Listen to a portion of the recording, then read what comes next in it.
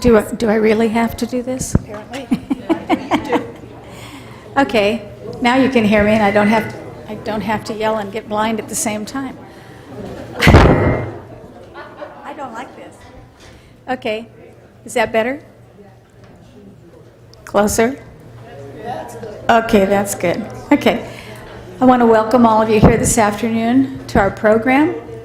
I'm not going to say a whole lot because I know you want to hear Stephanie, but before we start, I want to ask Elder Laspy to come up and open our program with prayer.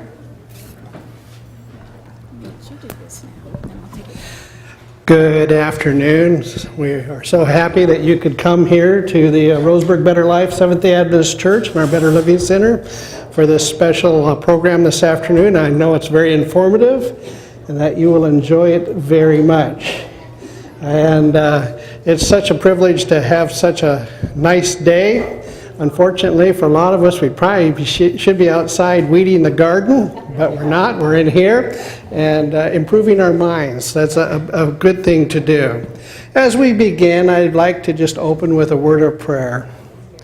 Our gracious Father, we are so thankful that we could come out this afternoon and listen and to learn things that will help us in our daily life, that we may live more healthy.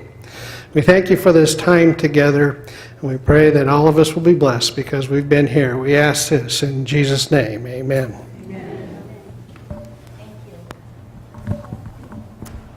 Okay, and without further ado, I'd like Stephanie Polizzi to come up.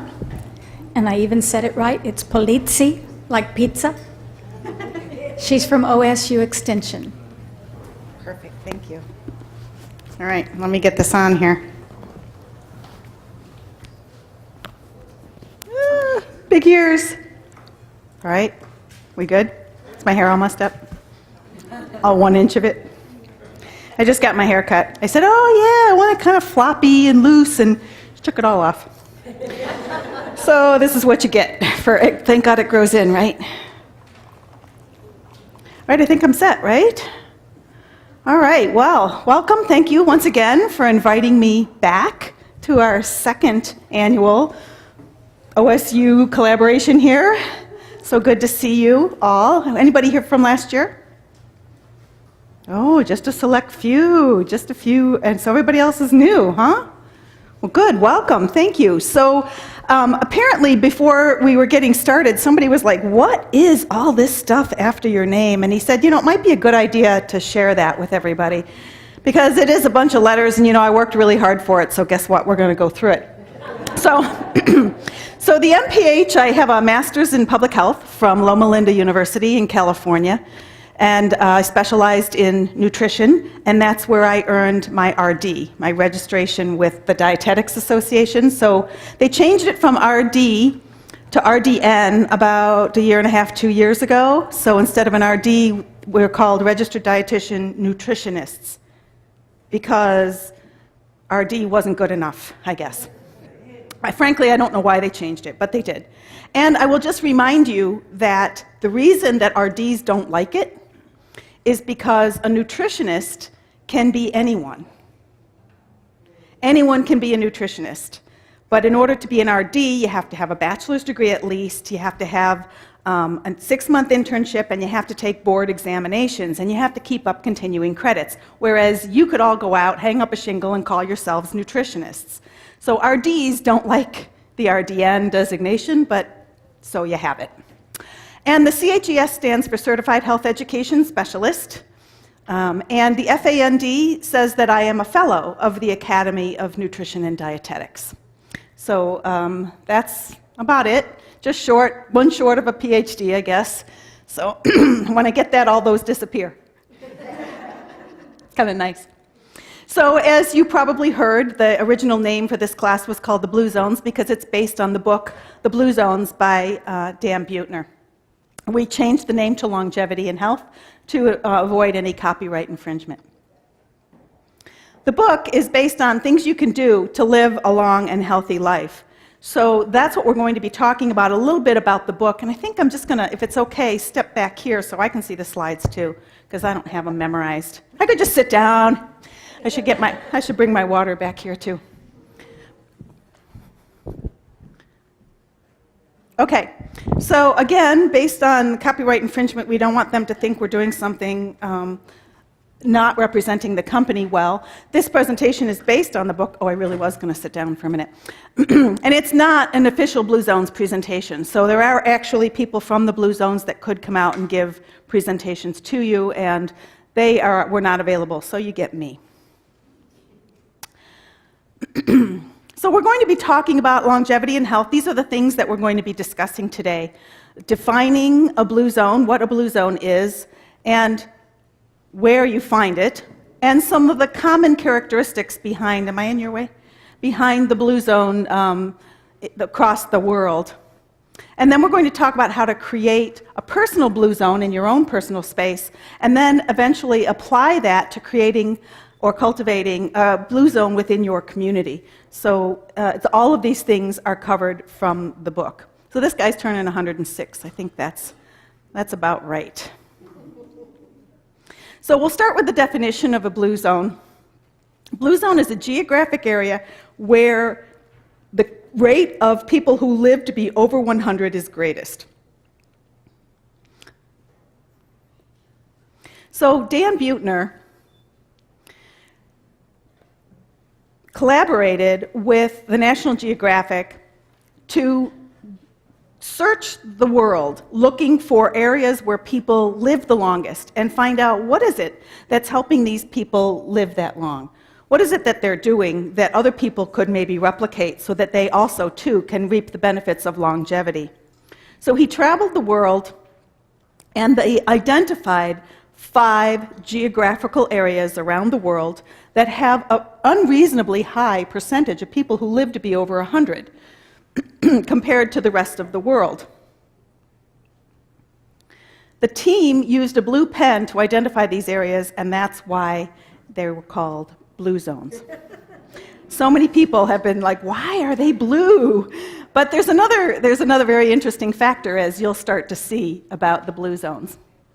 So here are the 5 blue zones around the world.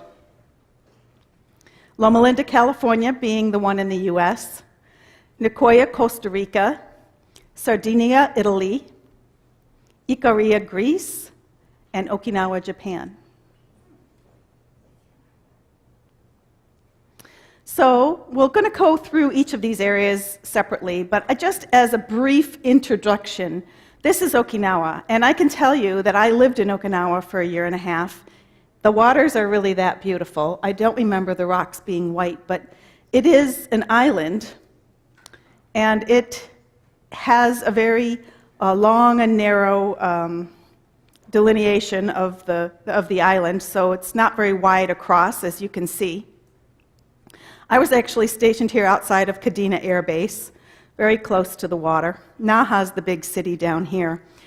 The thing about Okinawa, Japan, again, it's an island. It's pretty isolated from the rest of the world, as you can see.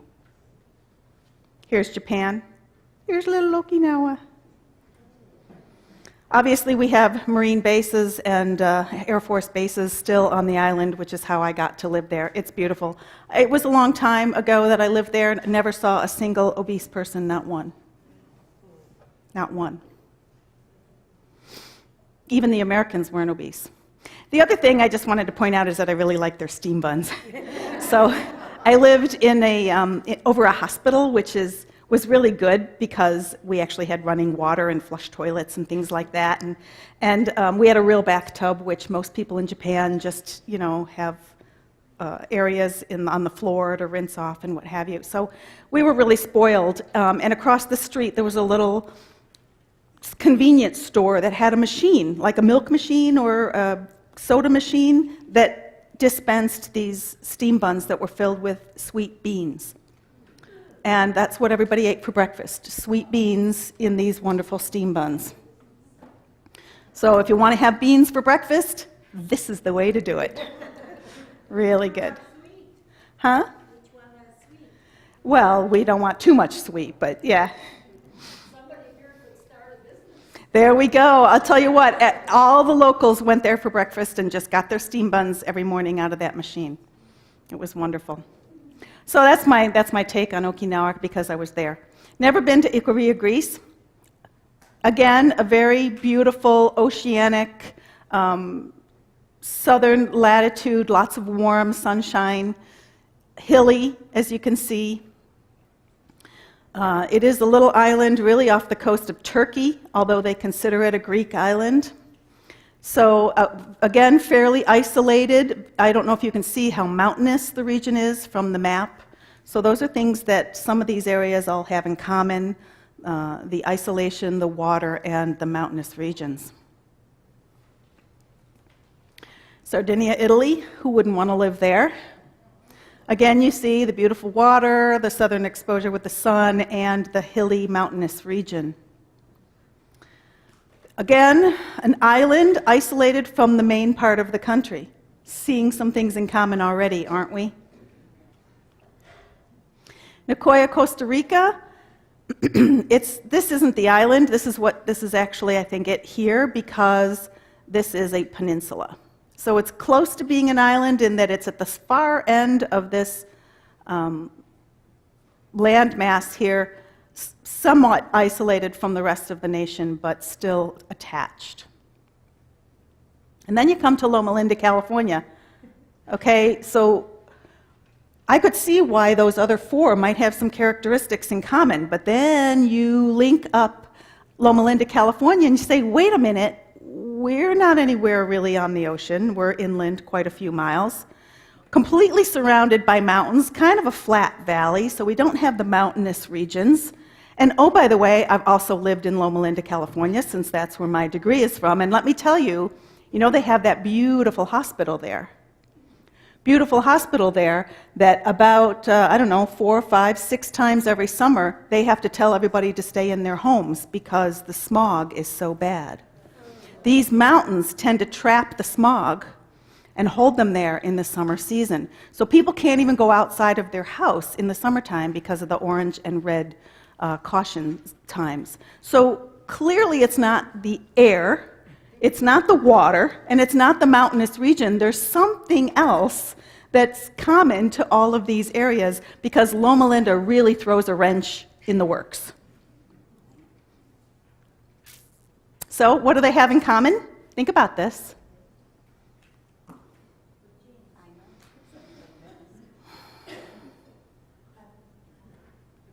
In my opinion, they all end in A. Because frankly, I don't see a whole lot of other stuff in common between them. So Dan Buettner actually took the time and the effort to figure out what could be the links between these seemingly unrelated areas around the world. And so he gathered himself a team of experts so that they could travel around to each of these areas and identify common threads.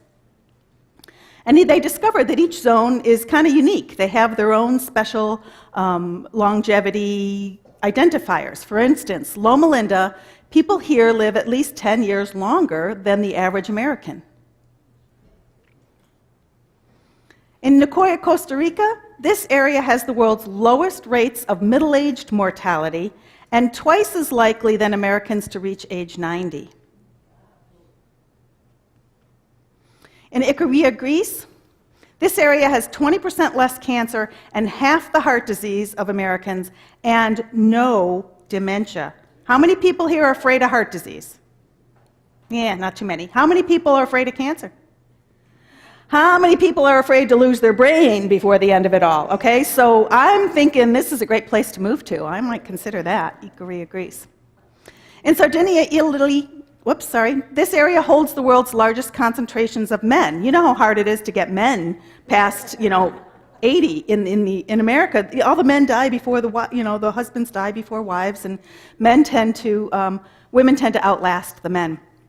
And then in Okinawa, Japan, the longest disability-free, that's the key word here, longest disability-free life expectancy in the world, 1/5 the rates of cancer, 1/6 the rates of cardiovascular disease. And they still have American fast food because they have Americans who live there.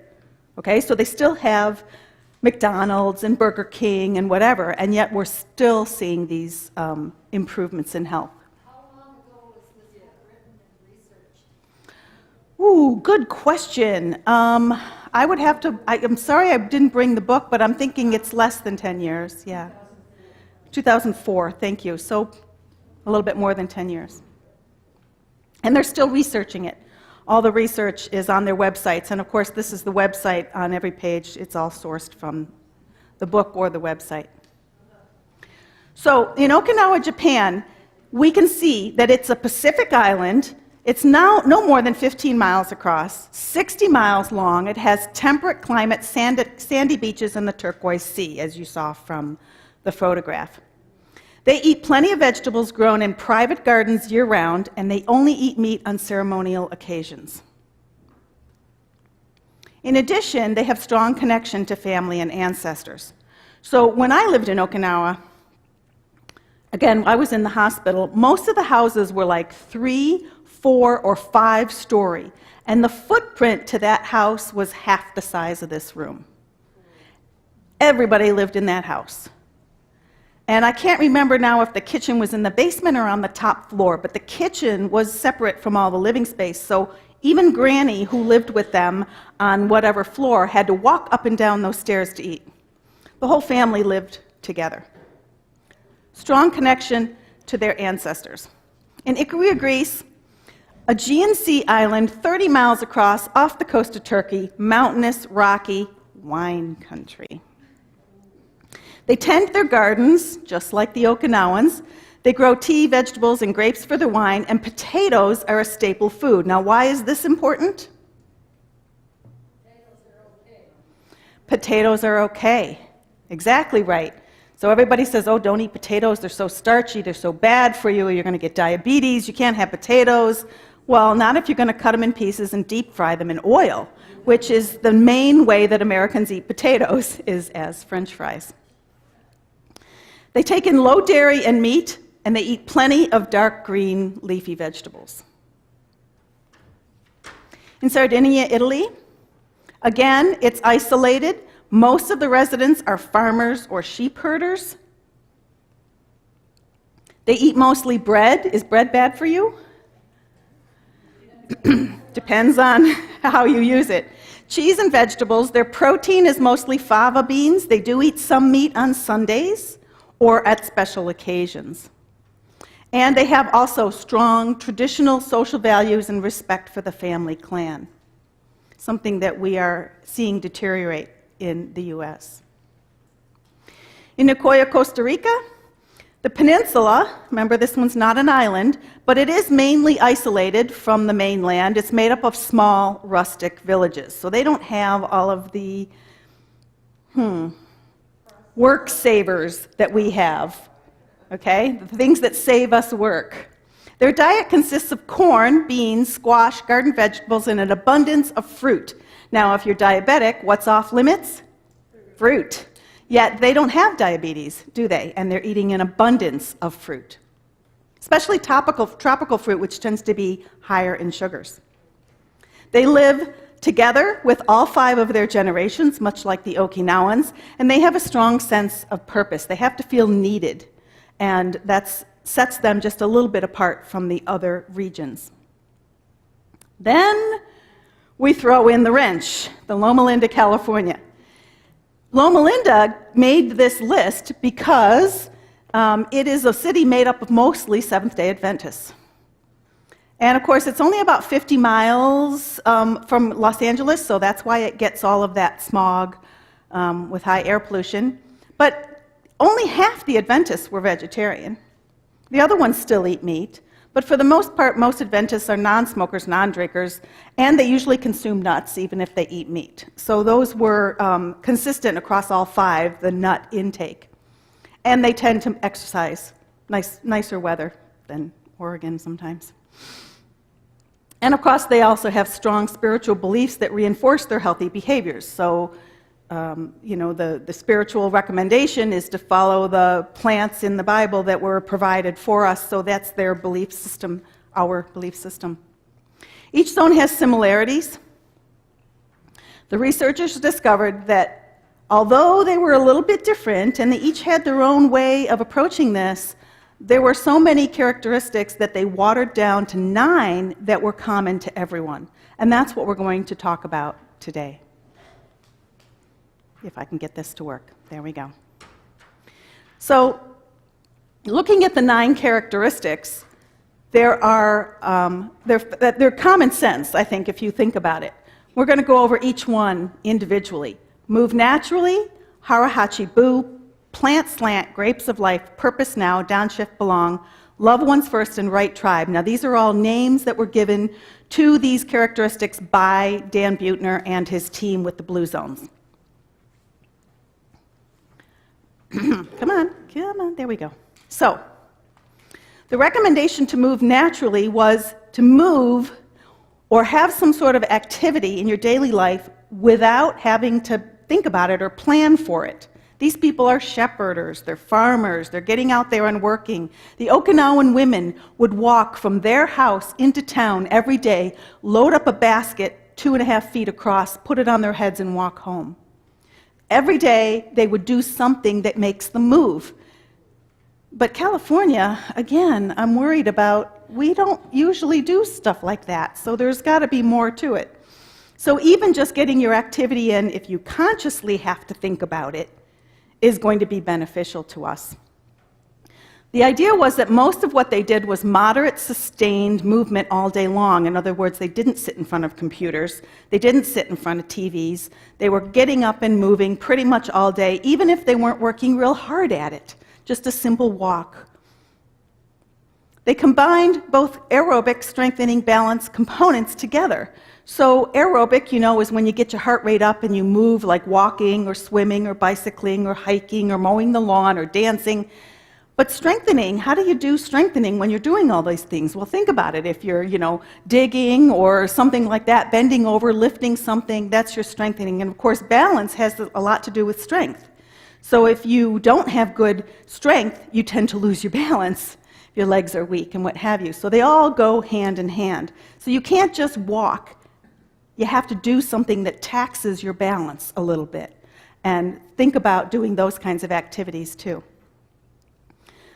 The recommendation in the book, 30 to 60 minutes at least 5 days a week, but frankly, if we think about people that are actually living this way, they're probably doing quite a bit more than that. And I just threw in this picture. It's really hard to see. It's actually very green. I don't know why it looks black and white here, but this is the hillside in Greece. This is what people, this is where they live. They live in these little huts, these shepherders, and they walk all the way around and carry their animals up and down and what have you. If we turn the lights out, yeah, you might see it a little bit. I don't know if you want to do that. That's just one picture. The rest of it seems to be okay. Well, it still doesn't look real green, but... It's easier to read the print. Is it? Okay, but no sleeping. So you can see how hilly this region is. So could most of us in the room walk up and down that hilly region? Think about it. That's the idea, is that you would have to build up to get to that point. But I think that would be your goal, is to consider finding a hilly region like this that you can climb over these rocks, keep your balance, and feel strong. Now, hara-hachi-bu is the Okinawan saying. It means eat until you're only 80% full. It's equivalent to calorie restriction, which if you know anything about the research in longevity, there's more and more research delineating the fact that the less calories you take in, the longer you live. They're highly associated. Calorie restriction is associated with longevity. Doesn't mean less food. It means less calories, just to make that clear. The Okinawans actually, what they are saying this hara-hachi-bu actually means is that you eat until you're no longer hungry rather than eating until you're full or partially full. So it's actually the way they interpret it might actually be just the opposite. Not only eat until you're 80% full, but eat until you're just not hungry anymore. Which means you have to take that 20 minutes time to eat your food instead of rushing through it. Be aware of the plate, glass, and package sizes. This is in the book. However, my recommendation to you is that if you're eating healthy food, you don't have to worry about your portion sizes. You only need to worry about portion sizes of those high-calorie foods that will add up quickly. Eat low-calorie dense foods is the recommendation. So can you name a low-calorie dense food? Kale, thank you. Okay, so we're not talking about potato chips because then you would have to look at your package size.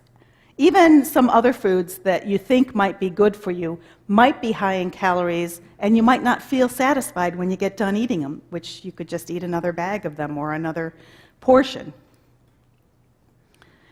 And the other recommendation for the harahachibu is that you eat most of your food earlier in the day. So, you know, you've heard the saying, breakfast like a king, lunch like a prince, and dinner like a pauper. But that's so that you burn up the food, the fuel that you're giving your body during the day. So most of their calories are eaten during the day because they're working and they're moving, and they have lighter lunches. This is one of their snacks. Doesn't look like something we would typically snack on. And notice, how many of you can get off the floor without using your hands? Okay, so, you know, a handful of people. But that is one of the ways to check and see if your legs are strong enough. And these Okinawans live on the ground, and at 90, 100 years old, they are getting up and down off the floor on a regular basis. So they're building up those muscles so they can continue to do that. Okay, the third characteristic that they have in common is that they eat mostly plants. Those who restrict their intake of meat seem to live the longest. The beans, the whole grains, the garden veggies are the cornerstones to the longevity diets. And there are several reasons for this. First of all, they're extra high in nutrients that we need to keep the body running. They're extra low in calories, which contributes to the longevity diet since low calories are associated. And they're really high in fiber. Preaching to the choir here, aren't I? So as a dietitian, I tell people that if you don't want to count calories, which I really don't want you to have to count calories, and even dietitians don't do that well, and if you don't want to count grams of fat or carbohydrates, just count grams of fiber. Just count fiber. And if you can just count fiber and get yourself as close to 100 as you can, then you will be eating a longevity diet. Now, the recommendations for fiber, does anybody know? 25 to 35. So 25 for women, 35 for men. But the recommendations for the longevity diet, based on what these people are eating, are closer to 100. It's a lot of beans and grains and greens and veggies and fruit, yes. It's a lot of food, frankly. Meat is typically eaten only once or twice a month, or at annual celebrations, and that's depending on their religious ceremonies mostly. And nut intake, as I mentioned earlier, is common to all the blue zones. So I don't know, when I first started in the field, I was in fitness, and I was trying to help reduce cardiovascular disease using fitness, which was what they were recommending, that everybody do cardio. Remember that? Cardio, cardio, cardio. And it still is very important. But during those times, we were telling people don't eat high-fat foods, and nuts were completely taken off the option choice. But Dr. Johann Sabate at Loma Linda, when I was getting my degree, had just finished the walnut study. And the walnut study said, you know, we're seeing people who eat walnuts have protective effects for cardiovascular disease. So maybe we can eat a little bit of nut here and there. And since then, there are all kinds of nut studies that have come out. Yes, go ahead. What if you're allergic to nuts? Well, obviously, if you're allergic to nuts, you don't want to take them. What would you suggest? Oh, yes. For the healthy omega-3s and omega-6 fatty acids in nuts, you can get the same thing from most seeds. Pumpkin seeds, hemp seeds, flax seeds, sunflower seeds, just about any seed. And you also may not be allergic to all nuts. So some people are allergic to peanuts, which are technically not a nut. They're a legume. So if you're allergic to peanuts, you might not be allergic to macadamias or whatever. So what's the garden veggies mean versus what kind of veggies? I'm assuming that means closer to frozen veggies or canned foods or manufactured foods. These are fresh, whole garden veggies taken right out of their gardens because they're growing them right on their own fields. So more on the plant slant. I'm going to focus here because I'm a dietitian and this is what I'm here for. So not all of this comes directly from the book, just so you know. But the idea is that we're not just talking about more fruits and vegetables and grains, particularly whole grains, because if you've ever been to any of my classes before, you know that's my pet peeve. A whole grain doesn't necessarily look like this. So I'll just tell you, because the USDA allows the label of whole grain to go on grain products that are only 51% whole. So it is a bit of a deception. So they allow 49% to be a refined grain product. If you want 100% whole grain, it has to say 100% whole grain. And we're also talking about whole beans, not refried beans, or even canned beans aren't as good of an option as dried beans that you make yourself. Plus, they're very inexpensive, and they're very high in nutrient, and they can sit on your shelves for quite a while. And we're also talking about eating brightly colored foods, but mostly greens. Mostly greens. So the recommendation for nitric oxide, which was another option for today's class, to talk about how do you get your arteries to open up and flow more blood flow through them, is to eat greens that increase nitric oxide. And a salad every day is the recommendation. A fresh salad every day. You can eat cooked greens. That's great, that's fabulous, but try to also get a salad, a fresh green salad every day. So just so, I don't know if you can see this, I know it's kind of a busy slide.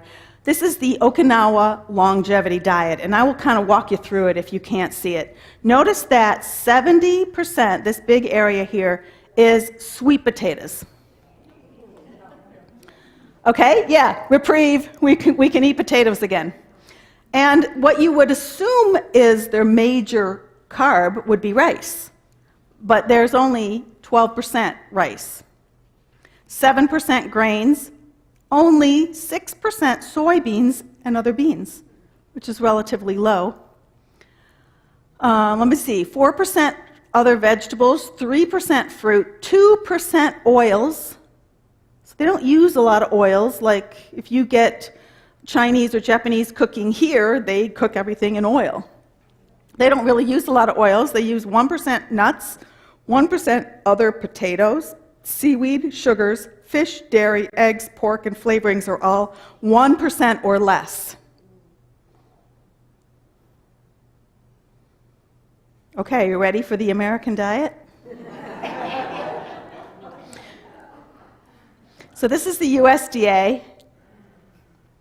2010, grain products, fats and oils, meat, eggs, and nuts, caloric sweeteners or sugar, dairy, and there's your fruits and vegetables. So we're getting some of those foods in. We are getting them, but just barely. Exactly right. And we're getting so many other foods that they're crowding out the foods that we need to be taking in every day.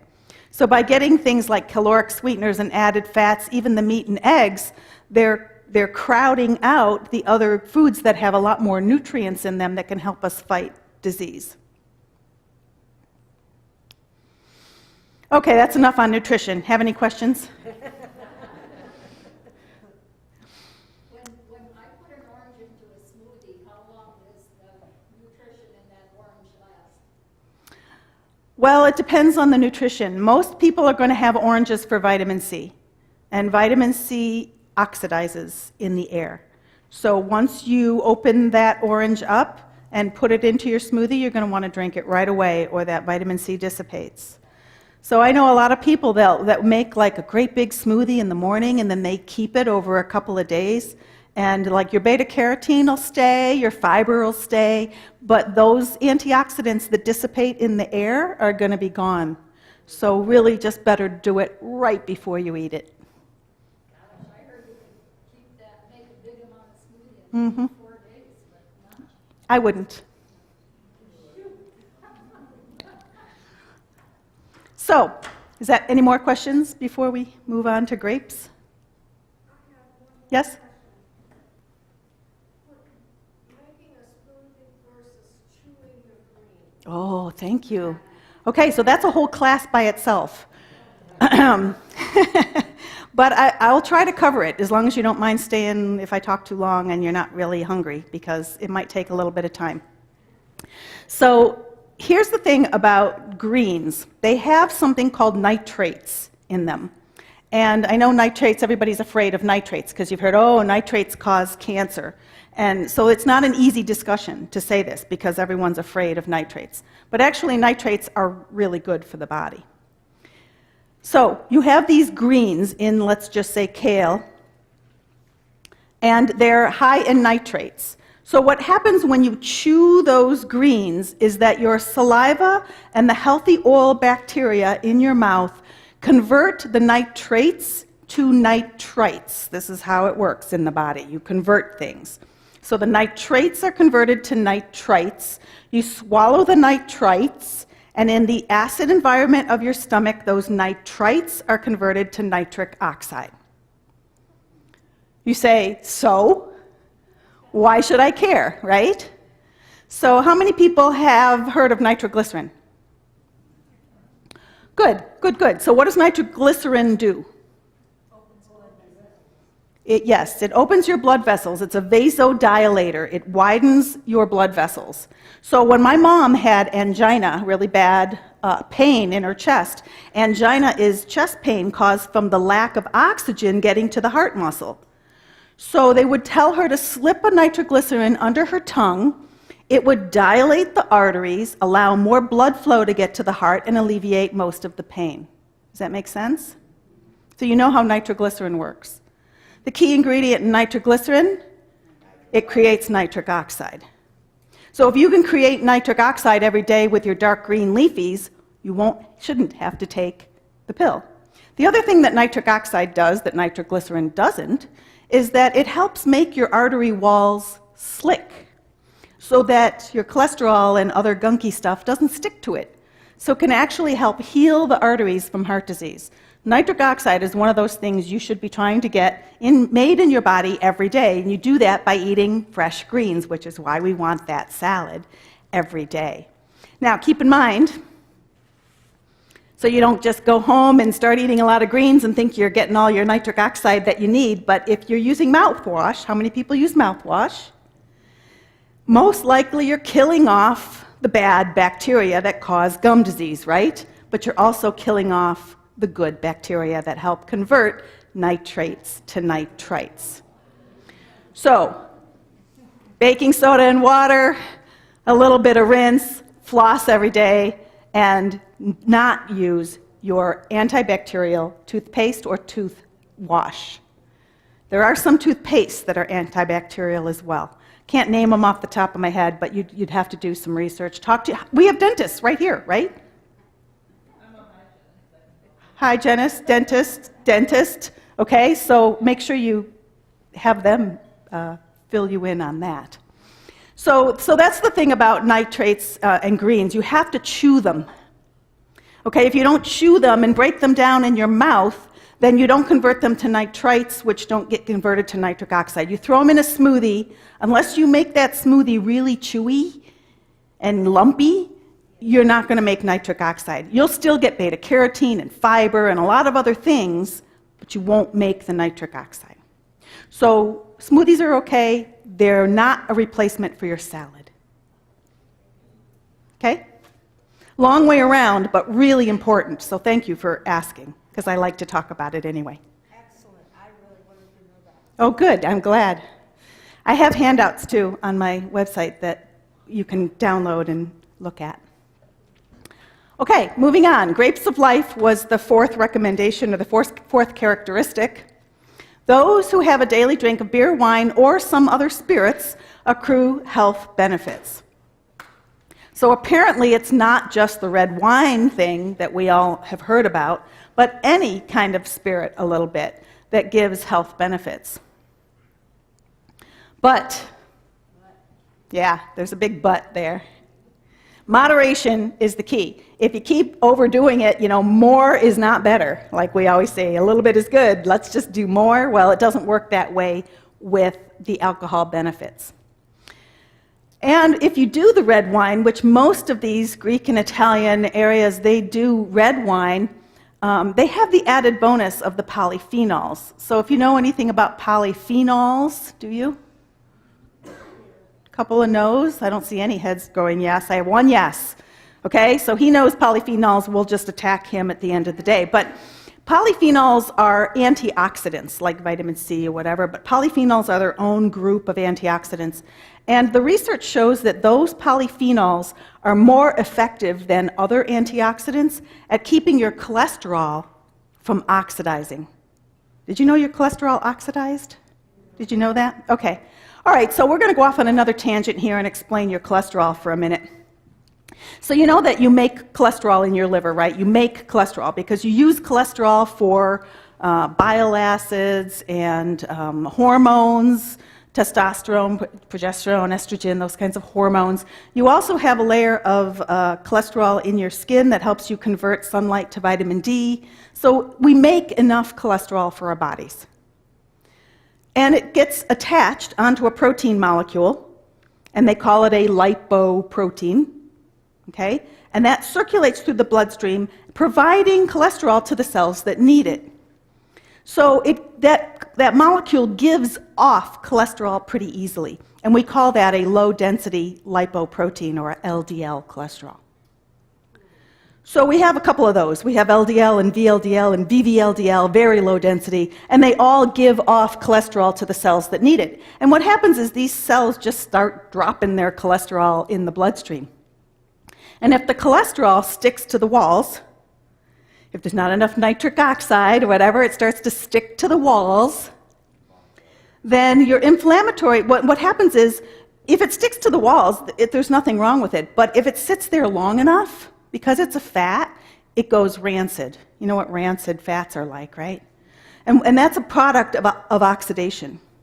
So that cholesterol oxidizes, and when it oxidizes, it goes bad. Everybody following me there? The cholesterol goes bad, then the cells inside the body recognize that cholesterol should not be there. That's a foreign body. That's a problem. And so it triggers the immune system to come to your aid, to get rid of it. And your immune system walls it off with plaque and then tries to absorb it into the lining of the bloodstream. So it's protecting you against this damaged cholesterol. So that it's the oxidation that triggers the buildup of the plaque. Everyone clear on that? So if you can stop the oxidation, then you have this handy-dandy HDL, or high-density lipoprotein, which is basically an empty garbage truck. And it just goes through the bloodstream, picking up the loose pieces of cholesterol that the cells didn't use. But if they're stuck to the wall and walled off with plaque, they can't clear that. So your goal should be to prevent that cholesterol from oxidizing. And you do that with polyphenols. Long way around. Back to the polyphenols. So polyphenols are found in dark fruit. So that's why grapes get all the attention, because people make wine out of them. But you can eat blueberries, strawberries, cranberries. You can drink grape juice, although I don't recommend juice. But still, you could get the same benefit from the dark fruit in the polyphenols. It's also found in chocolate. Dark chocolate, so better than 65% cacao. So that's one of the properties that we enjoy.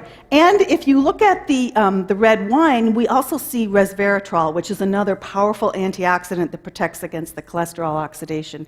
So red wine tends to give you the bonus of both. Whereas if you're drinking beer, you may not get those recommendations. Yeah? I'm curious about the effects of alcohol, especially red wine, on the brain for people who are suffering from multiple sclerosis, dementia, or things like that with brain issues. Yeah, that's above and beyond my education. I'm not familiar with that research. However, there is no recommendation to go out and start drinking wine. These are just characteristics that they find that these people don't have MS or dementia already. These people are not suffering from those diseases to begin with. But I do recommend that you read Roy Swank's book on multiple sclerosis. Roy Swank. He's passed away now, but he wrote a book years ago, many years ago, in the SWANK. I think it's called The Multiple Sclerosis Diet, if I'm not mistaken. And they do have a website that they have maintained even though he's passed. He's been gone quite some time. Yes? Isn't grape juice just as beneficial as wine? As far as the polyphenols are concerned, yes. Now, the ETOH component, that's the alcohol component, there has been some separate research on that. But keep in mind, these people aren't drinking processed products, and grape juice is considered processed. Well, it's still, even if you do it yourself, you're still processing it, but it's less of an issue if it doesn't have any additives and so on and so forth. But yes, you can get the polyphenols from the grape juice, particularly dark grape juice, not light grape juice. Good question. Is there any other way you can get the resveratrol without wine? Yeah, eat the food. Eat the grapes. Dark fruit. Eat the dark fruit. All dark fruit. Actually, not all dark fruit, because there are some dark fruit that don't have, I'm trying to think of one right now. I can't there's nothing, but yeah, something like a plum wouldn't have it. So berries fall into the group with the high polyphenols, but I don't think the plums or something like that would. So not all dark fruit. But plums are going to have something else that's good for you, so no worries. All right, and the other thing about alcohol is they don't just sit at home and drink wine. They drink this as part of their social life, as part of their family life. They share their drinking, they enjoy it, they sip on it. It's not something that they chug down a couple of beers when they're out with the guys, bowling or whatever. They're actually making this a part of their tradition and part of their family life. Another Okinawan saying, and I'm not sure how to say it, ikigai, or why I wake up in the morning, they call this purpose now. So having a strong sense of purpose seems to buffer us from chronic disease. For instance, in this 11-year study, those who had a clear goal in life and had something to get up for every morning lived longer, but not just longer. They lived sharper. And that was their terminology. They lived sharper than those who did not. You know what that means to me? Clarity, yeah. To me, it means joy. They're enjoying their senior years, not stuck in a bed with tubes or medications or walking with a walker or using a wheelchair or having a family member care for you. They're enjoying their life right up until they hit their, over 100 or what have you. They also tend to strengthen their brain by learning something new, and we have to do that consciously. We have to make a conscious decision to learn something new. The best thing they say to do is learn a language. Does anyone speak 2 languages? Did you learn as an adult or child? Because if you're a child, I don't know if you've seen this special on National Geographic or something like that. They have a special. Children learn language. Their whole brain lights up. And they are built for learning languages. They can learn 30 of them before they're like 4 years old. But apparently, once you get to be an adult, when you learn a language, you get this one little spot back here that lights up. It's much harder. It can be done, but it's much harder. And I'll tell you what, you start learning a language. I tried to learn Italian. I've had the Rosetta Stone I don't know how many years now, and the only word I can say is bicicletta. Bicicletta, no, bicycle. So it's taking longer to learn the language, but it's the effort that you make that is the important thing, because you're creating new brain pathways as you try to learn something new. Try to learn a new dance step, even if you just take something off the internet and watch it on the internet and do it at home, try to learn that dance step, and it'll create these new pathways which expand the way your brain communicates and helps you stay more sharp. What did you say, your one word, Italian Bicicletta, means what? bicycle. That's the only one I remember after like a year of doing Italian. So this guy, he's enjoying himself, I think. I don't imagine he's 100, but he's getting up there. He had a reason. He wanted to do this. And so it brings joy to people when you're doing what you love to do. And I don't like that. There we go. Yeah. Woo. So the sixth characteristic is to downshift. So they recommend that if you can slow down, that we can reduce inflammation. And if you know anything about inflammation, it's associated with every chronic disease we have. So just like high cholesterol, if you have cholesterol sticking to your arteries, it's your inflammatory response that builds plaque and fills up your arteries with gunk and so forth. It's the inflammation in your joints that cause joint pain. It's inflammation in diabetes, in osteoporosis, in rheumatoid arthritis. Inflammation is across the board associated with chronic disease. But if we can slow down, we can slow inflammation. So apparently there are some gurus out there that can lower their heart rate and their blood pressure with meditation. How many people meditate here? Wow. Kudos to you, because I find it really hard. But prayer is a source of meditation. How many people pray? There you have it. Okay? So you're already in the mode here, keeping your inflammation and chronic disease risk at bay. Also, we know that slowing down adds richness to life. So if, for instance, on the drive up this afternoon, I drove from Bandon to here this morning, morning. And, it's kind of, most of the way, it's one lane. And we've had some beautiful weather, so guess who was on the roads? All these people with their trailers and their campers, and they're going 35 miles an hour. And I'm thinking I had to be here, I thought we started at 2, so I'm, really trying to get here. And, it took me a minute to just take a deep breath and say, it's a beautiful day. And people pay a lot of money to come drive this road that I get to live on. So, it just took a moment to slow down and just look. It's a gorgeous day. I don't think it's been this beautiful yet. And the scenery is fabulous coming on 42, or wherever I took. Yeah, 42. No, I didn't see the rhododendrons. But that doesn't mean they weren't blooming. It's just I didn't notice them. But I did notice they still have daffodils, which I was pretty impressed. You can still see a few daffodils here and there. And that just made my trip over so much nicer. I could have been glued to their backside waiting to pass them, but no, I just enjoyed the richness of life. And that's some people, particularly people like me, type A, go, go, go, back east mentality. We have to be taught to slow down. Some people it comes naturally too. Reduce noise, be early to events.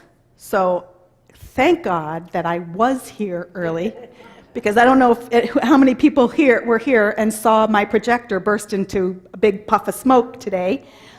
Yeah, we're standing around enjoying it, and all of a sudden a big puff of smoke. So big pop sounded like a gunshot. Thank goodness that we were here early, and it really did relieve a lot of the stress because we had time to switch into another gear and make it work for you.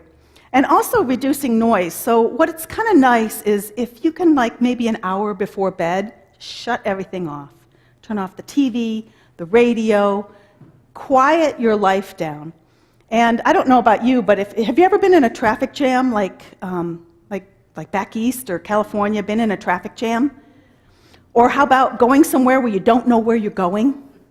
And your radio's on and you're singing along, and all of a sudden you're lost, or there's just too much input around you that you have to turn off the radio just so you can concentrate, or it's that same kind of thing. You just need to shut down sometimes and just sit quiet. And also to find time for meditation. So there are so many different ways to meditate, and I don't know for the handful of you that are already doing it, but sometimes meditation is just writing down the events that you did for the day. I recommend keeping a good journal, especially if you're suffering with SAD. You know what SAD is? I don't think you guys have it so bad here as we have it on the coast, because we have a lot more rainy, cloudy days than you have here. And people tend to get like, I just don't want to participate in anything, and seasonal affective disorder, you know. But if you can write down something good that happened that day, right? Just write it down, and it doesn't have to be 1, 2 things, just something good you noticed. And if you do that every night, you're going to find that you're going to have to turn off the TV about an hour earlier every night, because it's going to take you that long to write down all the good things you're noticing. So it's not that your life got any better, it's just that you're paying attention to it. So just quieting down and writing down some wonderful things that happened, things you saw, something nice somebody said to you, or something wonderful you tasted, just any of those things will eventually, just paying attention to them will make your life richer. And that's one of the reasons for meditation. The seventh characteristic is to belong to some sort of a spiritual organization. Obviously, that's one of the things that Loma Linda has in common, even though it's culturally completely different than all of the other 4 zones. They have that strong spiritual connection. Interesting, just the act of worship, regardless of who you're worshiping, improves longevity. So there wasn't any one particular religion associated with this. It's being thankful, I think, is more the feeling behind it, personally. But even going to church once a month can reduce your risk of premature death by 1/3.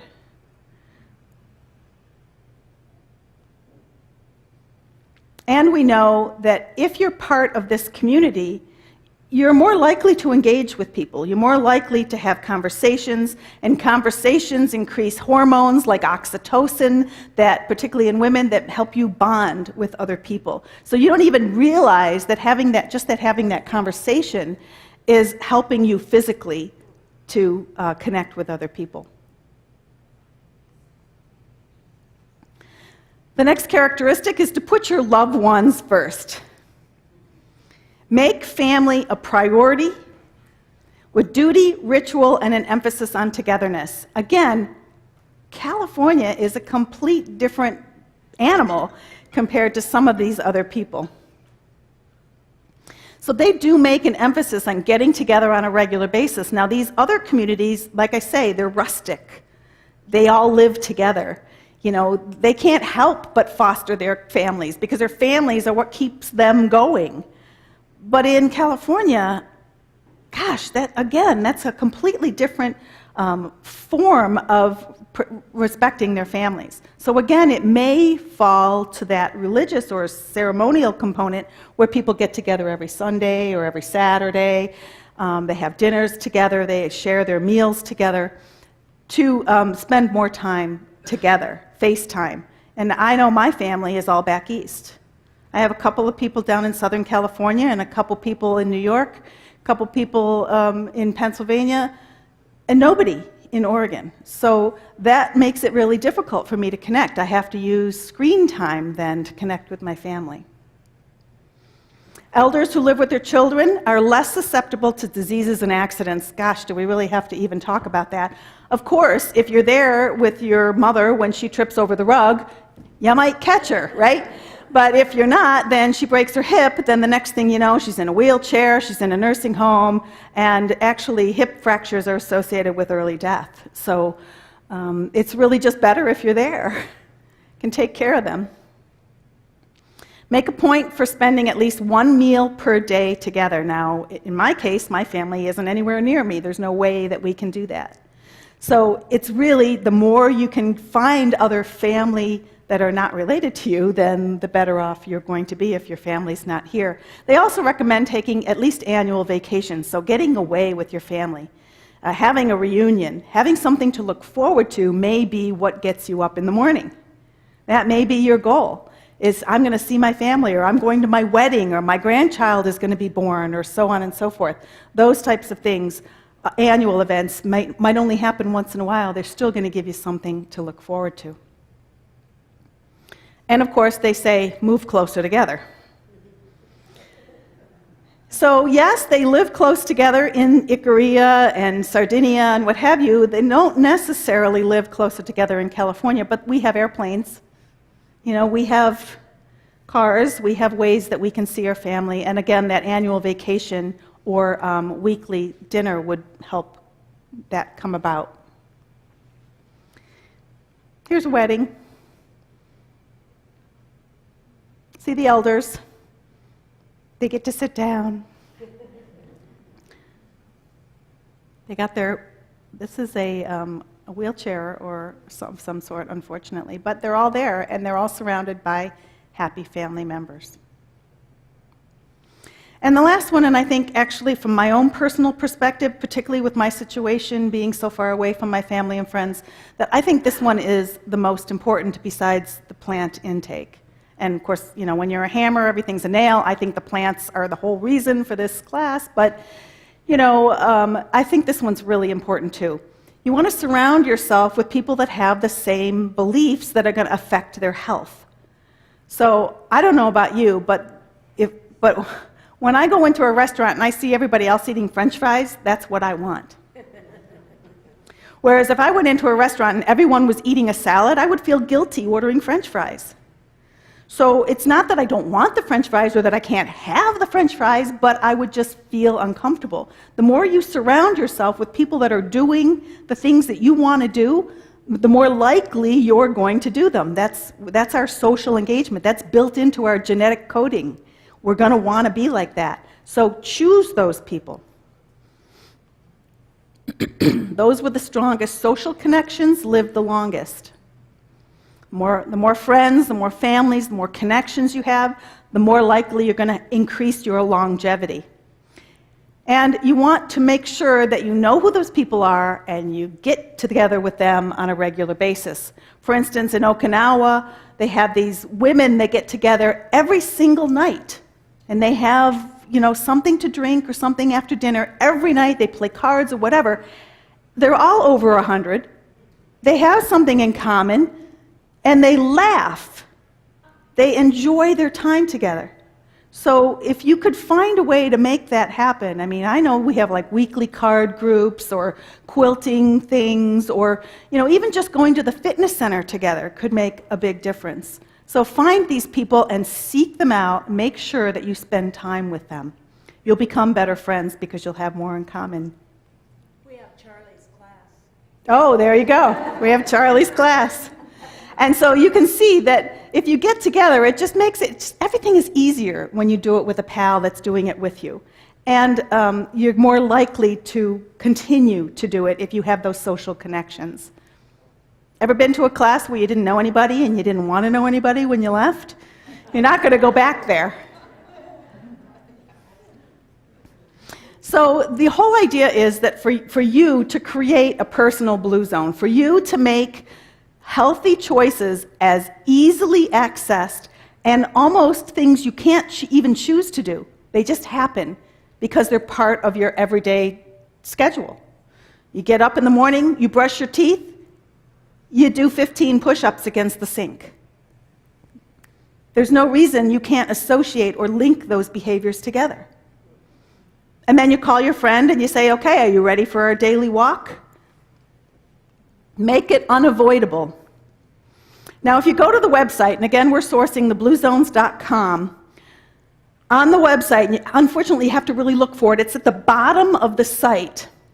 There are some resources, so you have to scroll down through a bunch of different stuff. You get to the bottom of the site. Anybody not using the computer these days? Okay, so you won't want to listen, just take a nap.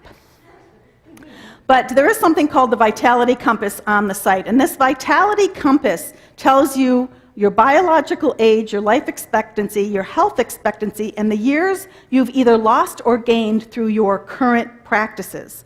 So it'll tell you if you're doing a good job or if you need to tweak it a little bit. And then just a little, like a survey, like a little quiz. And you tell them what you're doing, and they will give you a response that you're doing pretty good. Or, geez, you might need to adopt these 3 behaviors in order to bring your zone up. It's very easy to do, and even if you aren't computer savvy and you want to go to the library or something, you can do this real easily. I did it. I'm doing pretty good, believe it or not. Even with all of my type A behavior, I'm still doing pretty good. So what happened was, in 2009, they partnered, the Blue Zones LLC partnered with AARP and the United Health Foundation to implement these 9 principles, and they went to this community in Minnesota, this Albert Lea in Minnesota. This is where the program started, in Minnesota. So they went there and they said, you know, we're going to try and take what these communities are doing, these 9 characteristics, and we're going to try to implement this at the community level. See if we can get more people at the community to adopt these behaviors and start sharing them with each other. So in 1 year of being involved with the Blue Zones project, participants added 2.9 years to their lifespan, which is what you can do by doing the Vitality Compass, and decreased their health care claims by 49%. That's nearly cut in half their health care claims. Now, if you look at our health care system and how much money we spend on health care, we spend more as Americans on health care than any other nation in the country, and we have the worst outcomes.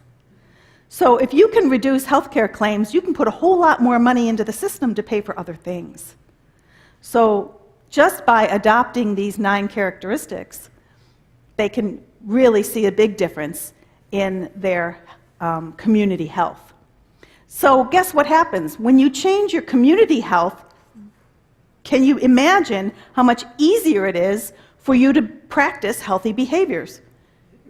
More people are doing it around you. I know the first time that I did a conference in, I think it was in Eugene. Isn't it Eugene that there's a mall right next to a river? I went to that conference, and the hotel overlooks a walkway that follows the river. And we're sitting there having a drink, a cocktail in the afternoon after our conference, and we start seeing people walking, people bicycling, people with strollers, everybody's out there walking. And you know what? We finished our drink, we put on our sneakers, and we went out and joined them. Just watching them exercise really motivated us. And the thing on the coast, the problem that we have on the coast is area, this is a great place to live. People are engaged, they're healthy. I'm going to move here. So changing your community makes it easier for you to be healthy. So this little community in Minnesota, they found ways to engage their entire community. So what can you do if you want to start this in your own community? So this is something called the Blue Zones Project, not the Blue Zones necessarily about these 5 regions around the world, but the project is how to actually begin implementing this in your community. And what they say is that they go to the schools, they help you. The Blue Zones projects help you get into the schools to encourage better eating habits, implement tobacco-free policies, increase physical activities, help students and parents work together to create healthy habits for life. We need this in our school system. Yes, OSU Extension is teaching nutrition education in the schools, but they're not teaching these recommendations. And we need to have a little bit of both. They recommend going into restaurants to say, take off those fad diet entrees and really make some meaningful changes to the menu items, that adding more vegetables to things, using less of, that salad at like Applebee's, or I think it was the Applebee's salad, that everybody thought, oh, I'll have a big salad, it's so delicious. It has more calories in it than their hamburger and french fries because of the things that they add to it to make people want to buy it. So just being aware that that dressing is, I think, what really did them in. that the options on your restaurants should be made available if you want to make a healthy choice. Sometimes that isn't always available. They want to help educate grocery stores so that they make the foods easier to access. So if you go into a grocery store, the first things that you see, or the things that are easiest to access, are those on the end caps. You know that? And those end caps are very, very expensive. People who pay for those end caps are people who want to sell their products more quickly. Right now, those end caps are for potato chips and soda and canned goods and other things that they make a big profit on. So wouldn't it be nice if you walked into the grocery store and each end cap was filled with brightly colored fruits and vegetables? Might be more likely to choose those foods. The other thing about a grocery store, and this is also going off track, but you know that you buy more of a grocery item depending on how much more shelf space is available to that item. So if they put potato chips in this big long row, they put potato chips over here between these two people, you are more likely to buy one bag of potato chips. However, if they fill this whole row with potato chips from floor to ceiling, you're more likely to take 2 or 3 bags. And that's just built in. That's DNA. We don't even realize that we're doing it. So you have to make a conscious effort. I mean, it's kind of the same thing as if I were to come in here with a great big bowl of M&Ms and I put a big bowl of M&Ms on every table. You would take handfuls of M&Ms. But if I put this little tiny bowl with like 5 M&Ms here, you would be very polite and just take a couple. It's the same kind of thing. If there's a lot, we're gonna take more. So be aware that our grocery stores are designed to make you buy and not help you make healthy choices. We want to switch that. We want to design our grocery stores to help you make healthy choices and make those unhealthy choices, put them in the back of the store, hide them, make them dark brown and black colors that you're not going to be attracted to. So you really have to work hard at getting those unhealthy foods. Chocolate can be brown. Yeah, that's okay. They want to also, find ways to go into the workplaces to inspire people to have healthier habits in the workplaces, and also to inspire your organization to support those things, like allowing people to take an hour off at lunch so they can get a walk in, or maybe paying for part of their memberships to gyms or something like that, and actually help each other. We have a girl in our office that loves to walk at lunch. I don't take a lunch break. But since she's been in our office, she's like, oh, come on, just walk around the block with me, And, you see my shoes. This is what I wear to work. I'm like, really? So now I carry sneakers in my car, and when I work with her, I get up and I go for a walk. Those people motivate you to get up and get moving.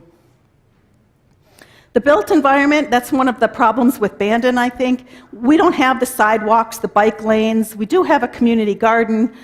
We don't have mobile food markets, although we do have food markets in Coos Bay and Coquille, farmers markets. But those infrastructures, those are the things that need to be in place. That walkway along the river is a fabulous infrastructure that really encourages people to exercise. And it encourages people who are sitting there watching, having a beer, to exercise as well. And of course, they approach the faith-based community as well, because we know that you influence each other. We know that the faith-based community helps churches to support events like this, where they learn something and they get to eat and taste good food. You bring friends that maybe don't know anything about this kind of food, and they're like, oh, I won't eat any of that. It doesn't have whatever. And then they taste it and they're thinking, well, yeah, I could do that. I could, you bring them to your house and you make, sweet potato pizza. Sweet potato pizza. Really? Have you had it? It's delish.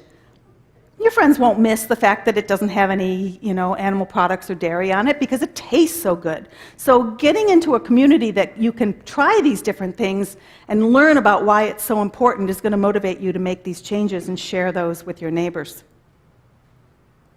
So anybody know about Klamath Falls?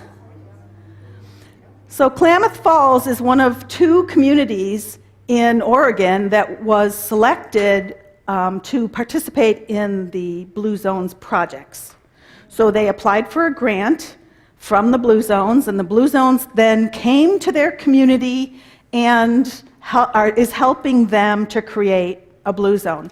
Now, there's a whole lot more going on here than just applying. Somebody applied for a grant. In order to get the grant, they had to unify their community. They had to get their commissioners on board, they had to get their hospital CEOs on board, they had to get their schools. Everybody had to be on the same page and say, yes, we want this grant. They came in, they threw a big kickoff. I had some beautiful pictures here. Unfortunately, those are on the Klamath Falls Facebook page, and they said they were copyrighted, so I couldn't use those beautiful photos to show you. But they had this great kickoff with these blue t-shirts and blue balloons and signs across the middle of the street. They had hundreds of people show up to their, the auditorium where they saw a PowerPoint. Dan Buettner came and talked to them. I mean, it was a big deal. Everybody made a big kickoff. And so if you go to thebluezones.com and you put in Klamath Falls, or you go to the Oregon site, or you just put in Klamath Falls Blue Zones, you come up with their Facebook pictures, you'll see what a great event they really helped put on in Klamath Falls. So they're still in the process of creating their blue zones. They've been at it now for about 6 months. What's the other place in Oregon? Can't think. I don't know. The only reason I know Klamath is because is it Eugene?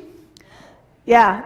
If you go on the website, you can click on the Oregon sites. The reason I know more about Klamath is because Patty Case is a dietitian who does the same job that I do in Coos and Curry County. She does that in Klamath.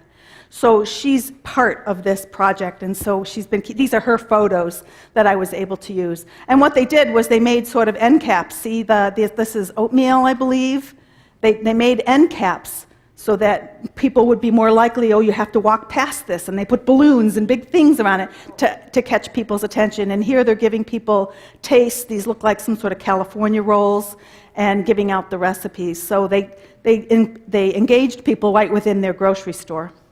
That's the only pictures I have. But you go to Klamath Falls Blue Zones Project, pull up their Facebook page, you'll see how they really the project came into their community and really spruced it up and got everybody engaged, and everybody's all excited, and they're working on making community changes. So this is taken directly from the book. It says, the Blue Zone Project encourages changes to our community that lead to healthier options, bringing residents, worksites, schools, restaurants, grocery stores, and the government all working together. They will inspire the community movement that has the power to improve the quality of life for everyone. The goal is to reduce chronic disease, because chronic disease is what's killing people. People aren't dying from infectious diseases anymore. People aren't dying from acute things. They're dying from chronic disease, and those are almost all preventable. So we have to take the initiative to prevent these chronic diseases. So, in review, the blue zone is an area where people live to be over 100, where there's the greater proportion of people there. There are 9 characteristics of a blue zone, and the more you practice these 9 strategies or characteristics or build them into your life, the longer you can expect to live, and that these strategies can be applied in your community to create a healthier lifestyle for everyone. So Dan Buettner's quest, what began as a National Geographic expedition to find the longest living cultures, evolved into a recipe for longer living. So I thought, yeah, it is a recipe. Your ingredients: whole plant foods, red wine or other kinds of alcohol, some fish or occasional meat on ceremonial occasions. And although they didn't mention it, I recommend fermented foods because it helps the probiotic or prebiotics in the intestinal region. Like cabbage, but remember, cabbage that you buy in the store has been processed or heat treated, and the heat kills off the probiotics. So you have to make your cabbage from scratch and not heat treat it. Just keep it refrigerated. You want to wake up with a purpose, set your goals, make certain you have something to look forward to every day, slow down and try to live in the moment. You want to make movement part of your daily routine: walking, gardening, swimming, dancing, Anything that you can do. I like to put music on in the morning when I get ready for work, and I find myself bopping along. So anything that you can do to just get some more movement. And let me tell you, I get stares on my Fitbit when I do that. They tell me I'm doing stairs when I'm dancing. I'm not doing stairs. I'm just bouncing around. Be thankful, believe in a higher power, and garnish with laughter and serve in the company of friends. You want to surround yourself with people that think like you do and with whom you share a common philosophy. That's right. So they say within the book that aging only has an accelerator pedal. The name of the game is to keep from pushing the accelerator so hard that we speed up the aging process. There are no brakes to aging. You can only slow it down. And Dan Buettner says, we just need to stop the process. So how many people get my newsletter? Did you read the one on telomeres? Okay, so what did you think about telomeres? I think mine should stop dying off. Yes. So those of you that haven't read the newsletter, you can do your own research on telomeres. But telomeres are basically the ends of our DNA that are a certain length. And every time your DNA replicates, it shortens and shortens and shortens. But there are things that we can do that lengthen those telomeres, and that the shortening is associated with aging. So if we can lengthen them or keep them from shortening, then we'll age better or live longer, and so on and so forth. And most of the things that are recommended for lengthening your telomeres are built into the blue zones. These are my references. I used the book, The Blue Zones by Dan Buettner. I went to thebluezones.com and the Blue Zones Project, not the Blue Zones. Take the word the off. Bluezones.com, bluezonesproject.com. Those are the websites that I used to glean all of this information out of. There are lots of other references on longevity and aging based on calorie restriction and other things, but for this purpose of this class, we just talked about the book and the websites of the Blue Zones. Is your own website in here? Is my own? Yes, it is. At the bottom of my handout, you'll see my website. Yes. It's also right here.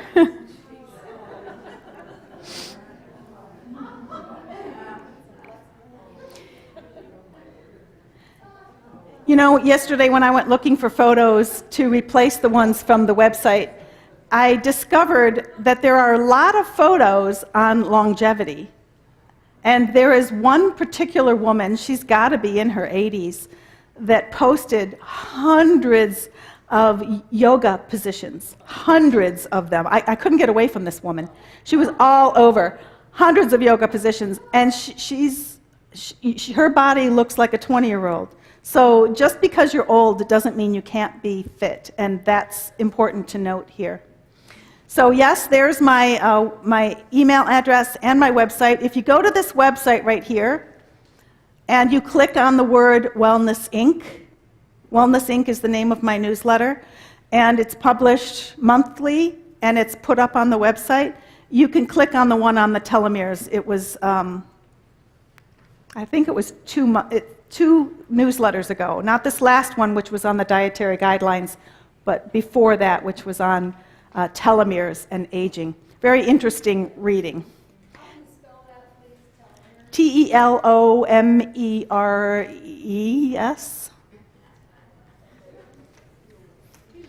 Any other questions about today's presentation on the Blue Zones? Yeah, let me take the ladies first. Go ahead. When it says some fish, what kind, how much, what's too little, what's too much? Good question. So fish gets a lot of attention because when you mention the word omega-3 fatty acids, everybody thinks of fish. And you know, the recommendations were based on some research that was done using quite a bit of omega-3 DHA and EPA, which are from animal sources. Unfortunately, humans can't really eat that much DHA and EPA to get the results that the study got, so they were recommending pills. And of course, if you're like me, you don't believe that pills should take the place of food, so I don't think we should be forced to eat that much fish. The recommendations right now are 3 ounces twice a week. 3 ounces is the size of your palm or a deck of cards twice a week. And that's USDA recommendations. It's also adopted by the American Heart Association and the American Lung Association, the Cancer Association. However, if you look at these people that live the longest, they will take 3 ounces of fish and they'll chop it up and they'll throw it into a pan of vegetables and serve it to the whole family. So if you follow these recommendations, then the amount of fish that we are recommending in the United States may not be appropriate. If you're getting other sources of omega-3s, like flax seeds and chia seeds and non-animal omega-3s, your body will convert a small portion of that to the DHA and EPA. But if your doctor puts you on fish, extra fish or more fish, then, what are we going to, I can't make a recommendation to go against your doctor's orders. But I think that a lot of the fish that we're getting in our grocery stores in the U.S. is contaminated. So we have to, we feed, what happens with fish is that, not to make you ill about it, but they in the farmed fish, the fish who get sick and die, they're ground up into food and fed to the healthy fish. So, it's a vicious cycle. And so unless you buy fish that have been caught way off the coastline, you're more likely to get contamination. And so we say stick to the plant sources of omega-3s. Your body will make that conversion. If you have heart disease and your physician recommends more fish or fish oil pills, then you can go with that recommendation. Okay, Bill? So my question was the same about the fish issue. Yes? And I agree with you about the contamination problem, mercury and dioxin and everything. And that for a while it was confusing as to whether we should buy supplements of DHA. And it seems like recently Gregor or someone was talking about if you're strictly whole food plant-based, that you may have increased conversion of those long-chain fatty acids. Mm-hmm. And that likely you don't have to eat fish to be healthy. And the recommendations from the USDA, again, are influenced by industry. So we must, choose carefully. The Right. other issue is we've depleted the fish in our oceans down to like 10% since 1960. How much longer are we going to really have fish in the world? That's the whole world's supply. Right. And we should probably be looking for other sources. And one of them could be sea vegetables. Right. Sea vegetables. Fish eat what the fish eats. Yes. Actually, fish don't make their own omega-3 fatty acids. They eat the seaweed or other fish who ate the seaweed. So if you ate the seaweed directly, you would be getting those omega-3s. So the difference is they've converted them to the DHA for you. So Bill's right that, there's very small conversion from the ALA, omega-3 fatty acids. So you familiar with the omega-3s? So we've got DHA and EPA, which are from fish, and then we have ALA, which is the essential one. Of those 3, ALA is the only essential one. What essential means is that you have to eat it because you can't make it in the body. So if you get enough ALA, or alpha-linolenic acid, then you will convert some of that to DHA and EPA. But if you don't get the ALA, you won't make that conversion. And the ALA is found in the seaweed, which, how many people eat seaweed around here? A lot more. Yeah, some people, she doesn't like it so much. But yeah, you can find it in pretty tasty little snacks. And actually, they're crunchy, and you just sprinkle them into your salad. They're... Uh-huh. There you go, like a little parchment that melts on your tongue. And so you can eat seaweed, and people don't think about it. And fresh seaweed is even better. If you can, especially living on the coast of Bandon, we have people that actually go out there and harvest the seaweed and sell it to you. So it's actually pretty good, the fresh sea vegetables. And I have a sea vegetable newsletter on my website. So you can go back. It's a couple of, I don't know, maybe 6 months old, but it's back on there somewhere too. So that's pretty interesting. But the other foods that provide those omega-3 fatty acids are mostly chia and flax. So people get those seeds in on a regular basis. You'll get those omega-3 fatty acids. And what Bill was saying is that you can actually, as you eat more plants and less animals, your body will convert more of that plant-based omega-3 to the DHA and the EPA, which I wasn't familiar with. And so Michael Greger has a website called nutritionfacts.org, and you can go there and look this stuff up. They're little 4-minute videos. They don't take any time at all. nutritionfacts.org. Did I see a hand? Yes, go ahead. It bothers me about drinking red wines or any kind of thing like that. Right. You really have to know. No, you don't have to. Absolutely not. But that's a common characteristic of the blue zones.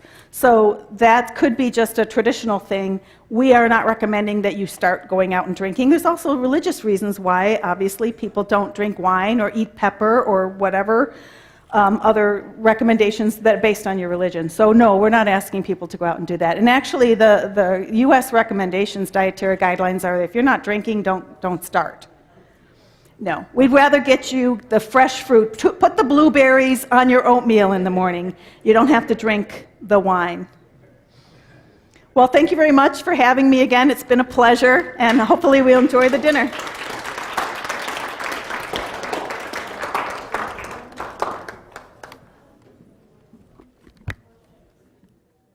Your recipes from your folder to see how it is.